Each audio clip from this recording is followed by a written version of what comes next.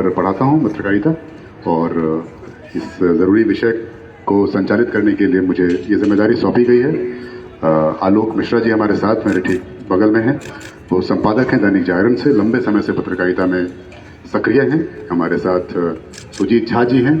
हम लंबे समय से उन्हें आज तक जो अपने आप को सबसे तेज चैनल बताता है उसके सबसे तेज संवाददाताओं में से एक बार जोरदार तालियों से स्वागत हो जाए तो लगे कि हम कार्यक्रम के मोड में आ चुके हैं। और हमारे साथ दूरदर्शन जो फिलहाल थोड़ा पिछड़ा हुआ है, अपने कलेवर में वापस सुधार करने की कोशिश कर रहा है, उन्हीं का इंतजार कर रहे हैं मनोज जी का, और उनसे सवाल करेंगे आते ही कि डीडी क्यों थोड़ा सा पीछे रह जाता है आजकल के ज़माने के हिसाब से। तो हमारे पास 3 मेहमान हैं फिलहाल, तीसरी कुर्सी खाली है जब शुरू होगी, लेकिन 2 मेहमान काफ़ी हैं और दोनों के पास एक लंबा अनुभव है, बगैर किसी परिचय में जाए हुए काफ़ी है अपने आप में इनका परिचय कि वो लंबे समय से पत्रकारिता कर रहे हैं। आलोक मिश्रा सर, मैं सबसे पहले आप ही से पूछना चाहूँगा, क्योंकि जब हम पत्रकारिता पढ़ाते हैं तो प्रिंट उसका सबसे पहले सेमेस्टर का पहला अध्याय होता है। आप अपने अनुभवों के हिसाब से एक बार ज़रा फ्लैशबैक में जाते हुए अगर बता पाएँ हम लोगों को 2-3 मिनट में कि कैसे पत्रकारिता का स्वरूप या कलेवर बदला है सर।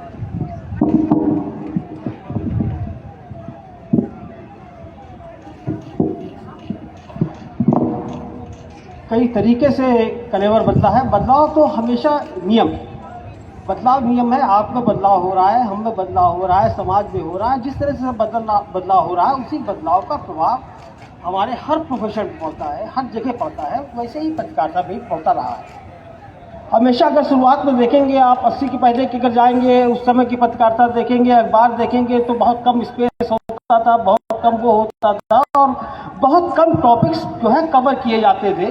देश की राजनीति पे हो, कृषि पे हो, उद्योग पे हो, कुछ विशेष चीज़ों पे लोग काम करते थे। फिर देखेंगे धीरे धीरे एक ज़माना आता जाए, टेक्नोलॉजी में बदलाव आता चला गया, मशीनें लग गई, ऑफसेट मशीन होते हुए प्रिंट लाइन मशीन लग गई, उसमें की मशीनें लगने लगी, और वो हर घंटे में 30,000 40,000 अखबार छापने वाली मशीनें आने लगी, कलर मशीनें आ गई। जो टेक्नोलॉजी में एक बदलाव आया और उसमें बदलाव आया। उसी तरह रिपोर्टिंग्स में आ गया, बहुत सारी बीट्स बनती चली गई।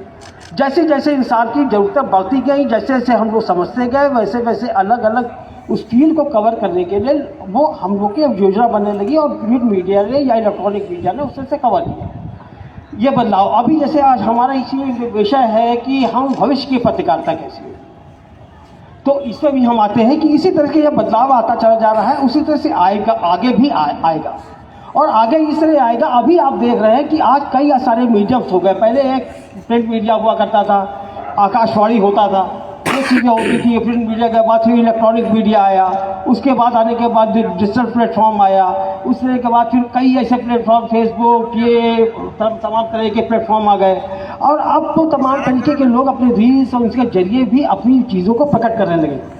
तो एक चेंज आ रहा है आदमी के अंदर, एक बदलाव आ रहा है कि किस तरह से लोग अपनी चीज़ों को अभिव्यक्त कर पा रहे हैं। अभी तक हम कवर करते थे, अब आदमी खुद, हर व्यक्ति एक तरह से एक रिपोर्टर सा होता चला जा रहा है।